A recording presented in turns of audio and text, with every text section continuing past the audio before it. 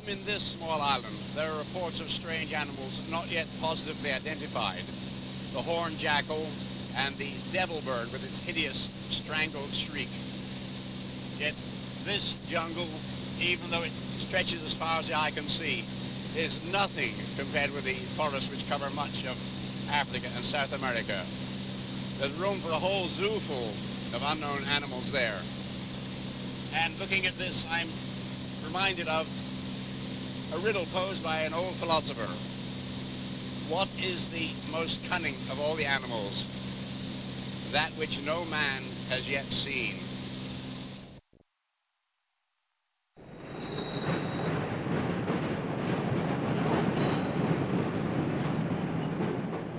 In downtown Chicago, the university's professor of biology on a shopping expedition.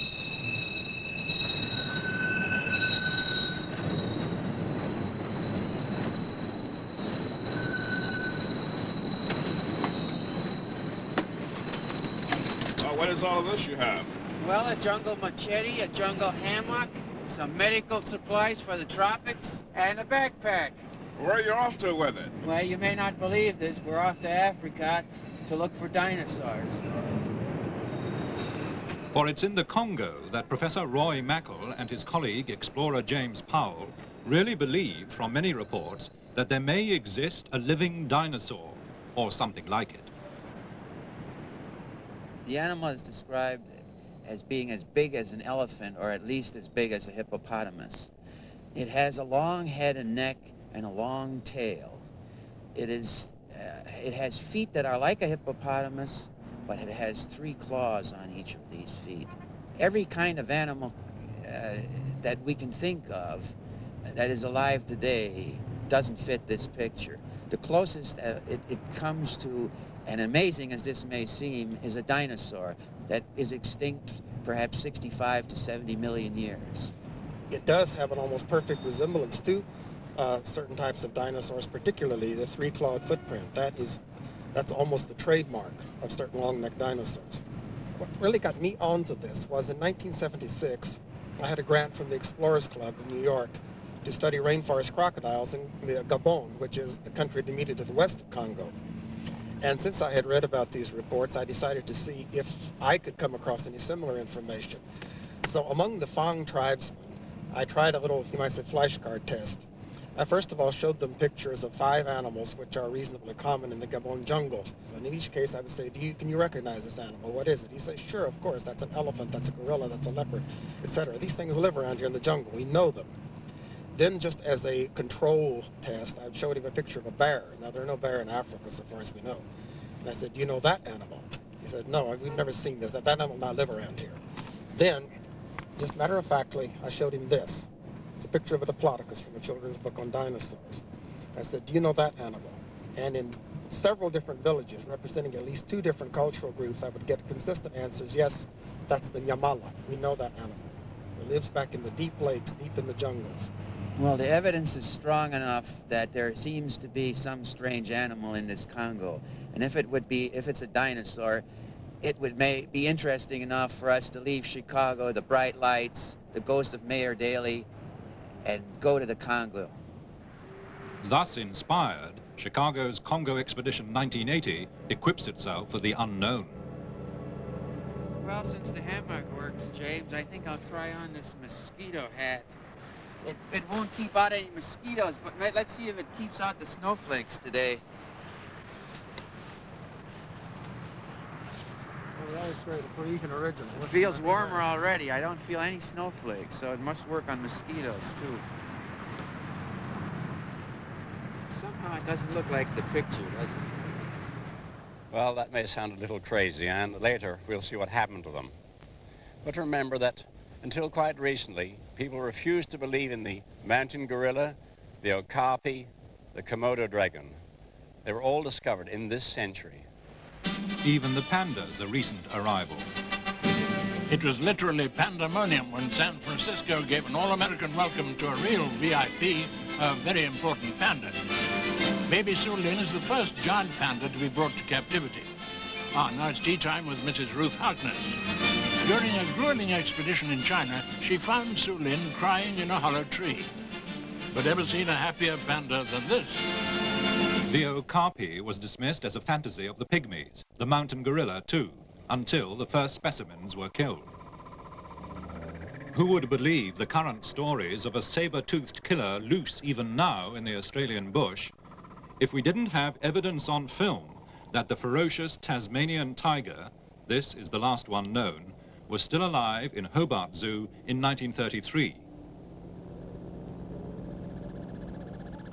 Snakes that can swallow a donkey look like Swiss Family Robinson fiction, except we do have eyewitnesses and even photographs. This giant anaconda was killed on the Amazon. According to a Rio paper, it was 130 feet long. This one was dispatched on the banks of the Mogiachu River in the interior of Brazil. When this snake, allegedly 115 feet in length, emerged from the river Oyapock, the militia were called out to machine gun it. But it was in Africa, the Congo, that an undoubtedly monstrous specimen appeared to confront this Belgian helicopter pilot, Remy van Lierde, as he returned from a mission in 1959.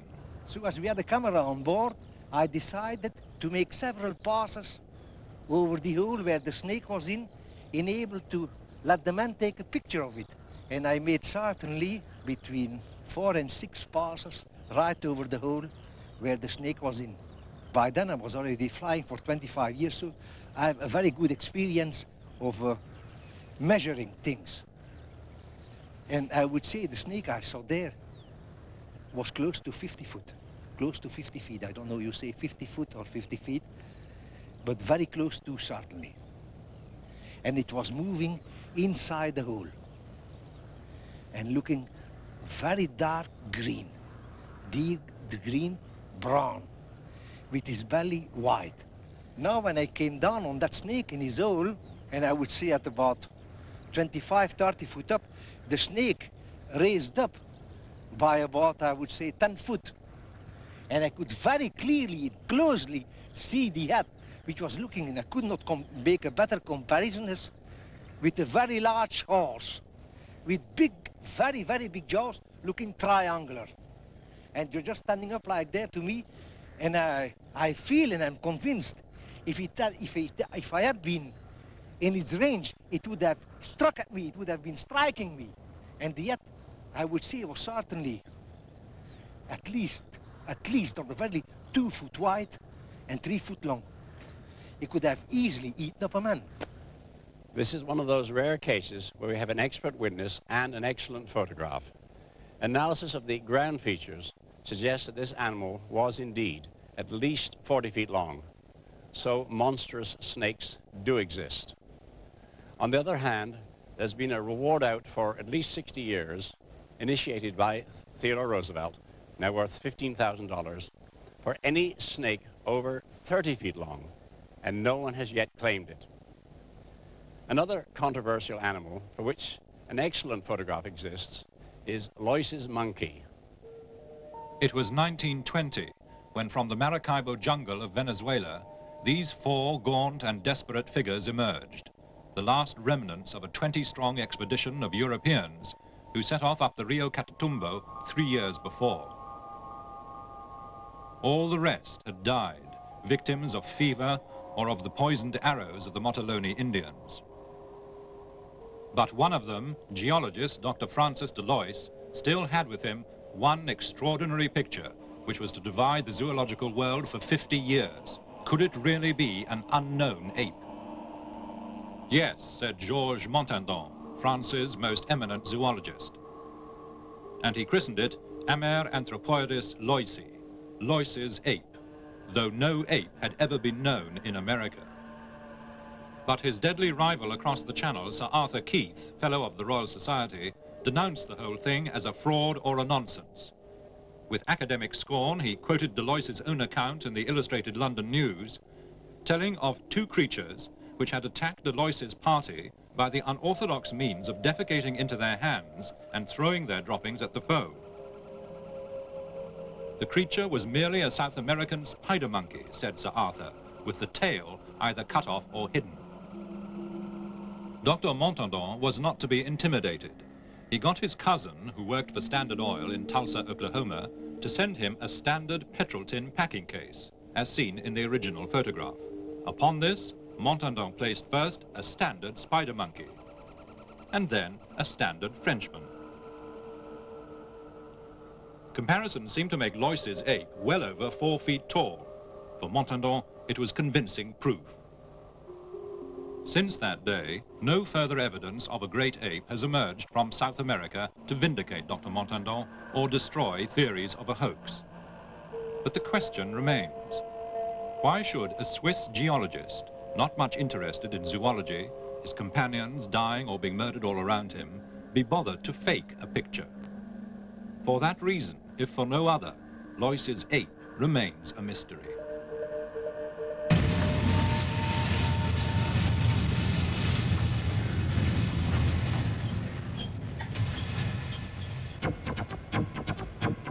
But the mystery of the king cheetah, for 50 years the obsession of white hunters in southern Africa, does now seem near a solution. Powell and Lena Bottriell sold everything they had, even their house, in order to pursue the legend of a beast, ferocious and striped, more like a tiger, which ran with the cheetahs. The normal cheetah we've known of for 5,000 years, and they've been absolutely identical. The Kublai Khan had 1,000 in his kennels, and many of these great princes and kings have had paintings and wall edgings done, and they've all shown the cheetah as we know, the normal spotted cheetah used for hunting, and there's been no difference for 5,000 years. And suddenly, in the last 50 years, we've come up with a cheetah which has these stripes, and it's completely different. There are some 26 skins. And as I say, everyone is absolutely standard. Stripes here, and the final part of the towel being ringed as with the tiger, which is a striped cat. The Bottriells hired a balloon to search silently over the bush, until on the Mozambique border, they cornered their prey. And it was finally in Kruger Park that we found a live king cheetah that had been there for a number of years, and no one had really known about it. We photographed it and filmed it. This is the only known film of the striped king cheetah, running here with ordinary spotted cheetahs.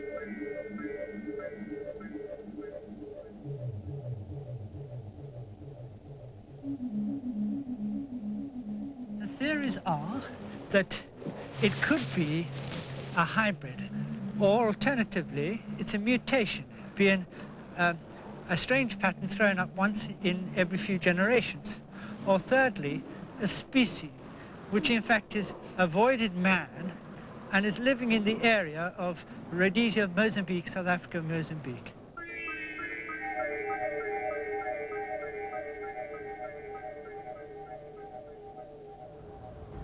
We could find a completely different species of animal, we don't know, and that in itself is enough to fight for and try and achieve. What may be a baby version of the legendary New Guinea dragon has also been filmed. It is said to kill dogs and wallabies and to grow to 20, 30, even 40 feet. In 1979, a 6-foot specimen was shot near the River Fly, and naturalist Ian Redmond determined to look for a full-grown dragon. We were staking out water holes because the lizard has to come for water every day, and some of the water holes are in a creek bed, so you're below the level of the forest floor in a creek bed by a pool. And one day there were two of us a few hundred yards apart. I was sitting by one pool and another chap by another pool, and I'd been sitting there for several hours, nothing happening. It was about 10 o'clock in the morning, and I heard these footsteps. It's a forest floor, so there's lots of dry leaves on the floor. Just these quiet, softly scrunching of dry leaves. Now, if you hear a lizard moving through the forest, it's a scurrying sound. It doesn't sound like footsteps, and I thought it must be either the other chap coming over, whether it was playing about and trying to sneak up on me. I didn't know, but it sounded very stealthy. So I'm sitting down there, and I hear this coming up behind me, and obviously you decide at some point you've got to have a look. So as they were getting closer, I thought, well, person or animal, I'm going to see what it is. So I slowly sat up and looked around, and about 10 feet away, my eyes were about on the level of the bank, about 10 feet away there was a log, and just over the log was this great lizard head. Now I couldn't see the whole body, but I could see that the head and shoulders were a lot bigger than the one which had been shot. So I went down for my camera again, and as I went down to get my camera, the lizard moved away. But the hunt for another of the world's tantalizing missing creatures has help from all the latest gear that Japanese technology can muster. These Japanese are in Fiordland, in the far southwest of New Zealand, looking for the largest bird that ever lived, the 12-foot-high moa.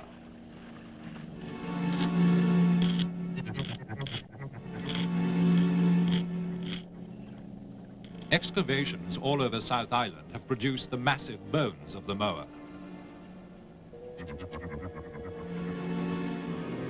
Flocks of their skeletons dominate New Zealand's museums. The moa certainly seems to have been seen as late as 1860, and one witness, Mrs. Alice Mackenzie, said she saw one on the sand at Martin's Bay in 1883. And it took no notice of me when I came near it. And I got nearer and nearer until I sat down on the sand behind it. And it was a bluish color, just a faded bluish gray color.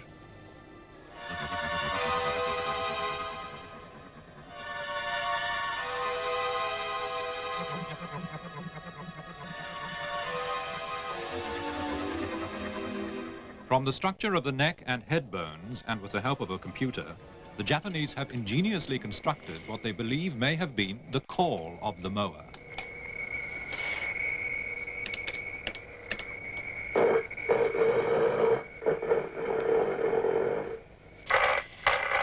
Armed with the tape and stories that the call has indeed been heard in recent times, they set off into the forest, hoping for, yet perhaps fearing, a response from a bird that was supposedly able to split a man's skull with its beak or kill him with a kick.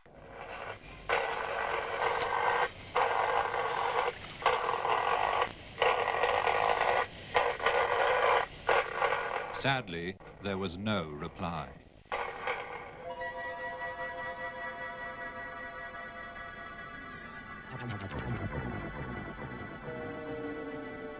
The most puzzling of all the stories of missing animals comes from the snowy regions of Siberia, the disappearance of the great hairy mammoth. Professor Vereshchagin has been on the trail of the Siberian mammoth for 40 years. И когда я бывал на Индигирке, в среднем течении, среди зарослей... When I was camping beside the river Indigirka in Yakutia, it seemed to me that at any moment, from out of the dense undergrowth, the head of a mammoth with its hairy trunk might appear and wander into one of the clearings among the valleys. It is ideal mammoth country. Долины реки Индигирки. On expeditions to Yakutia in the far north of Siberia, Professor Vereshchagin and other Soviet scientists have found the tusks and bones of hundreds of thousands of mammoths, which seem to have died in some sudden catastrophe. But back in Leningrad, Professor Vereshchagin does have one of the remarkable specimens which just occasionally emerge from the frozen soil of the tundra. A whole mammoth, fresh frozen for 10,000 years. This is the Berezovka mammoth, just as it was found having fallen down a ravine and been asphyxiated. И вот эта внезапная смерть, она подтверждается несколькими... Its pelvis was broken, and in its mouth there was still a piece of food, a clump of grass which had not yet been chewed. Трава. There have always been tales that mammoths still live in Siberia. And then, in 1977, some Soviet gold miners found a baby mammoth in almost perfect condition. Amid great excitement, it was brought back to the Leningrad Museum. But Professor Vereshchagin is sure it died at least 10,000 years ago. Первобытная орда производила охоту. The mother was killed by hunters. This baby was wounded by a spear in the right leg. It managed to get away, but died of starvation. But the discovery of the baby mammoth has produced a possibility even more exotic than the thought that the mammoth could be still alive. Next time a mammoth is found, Russian scientists are going to take some of its frozen body cells and tried to clone it. That is, grow, as is now theoretically possible, a new living mammoth from the cells of a body dead but preserved for 10,000 years.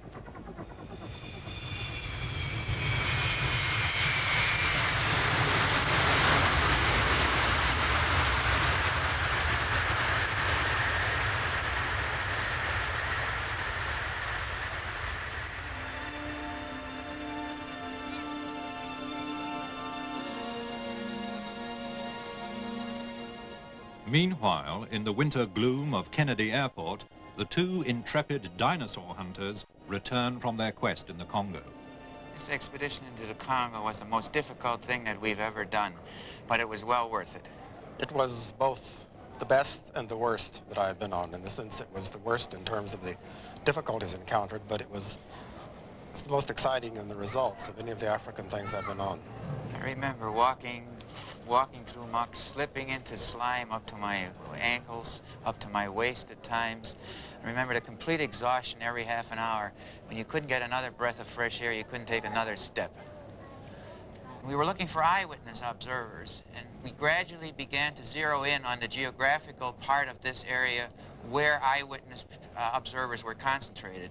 And using that technique, we were able to come to the center of the reports, to a place where actually the animals are alleged to be. They told us about how, about 1959, 3 of these animals, possibly 2, had been coming into Lac Telly, and this had disturbed the fishing of the pygmies. So the pygmies decided they're going to stop this and started to drive stakes in across the opening into the lake. This prevented the animals from coming in, but one was while it was attempting to get through the stakes, was speared by the pygmies. They proceeded to kill the animal and cut it up into slices. The report from the observer was that it took forever because of the long tail and the long neck. They described it as being about 30 feet long, with a head and neck 2 to 3 meters long, some 6 to 9 feet, looking much like a large snake, but attached to a thick body. What was maddening about it was that at Atipena, we were, I would say, about 25 airline miles from Lac Telly, which is one of the places where there might conceivably still be living specimens of this creature. We were unable to reach the lake because it would have taken from 2 to 3 days to get into the lake, a comparable amount of time to march out, and we would have wanted to stay, some time at the lake. And we would not have had time to get out of the country before our visas expired. As we went along and gathered this information, I became more and more convinced that we are dealing with a real animal, perhaps extinct in a very recent past, but still a real animal. Yet if we believe what the Congolese and the pygmies told us, the animals are still alive today in certain parts of the Bai River, which is a tributary of the Likwala, perhaps even in the Likwala and perhaps Lake Telly. We conclude that there is indeed a real animal and that this animal is a species which is unknown to science in a living form. So this case remains not proven. But if our exhausted heroes had been able to get their visas extended, they might have found what they were looking for. I think we've given enough evidence to suggest that very large, strange, and possibly amazing creatures may still exist in the remote places of this world. But while they're protected by jungles and swamps and various African bureaucracies, they may be safe from detection for a long time to come.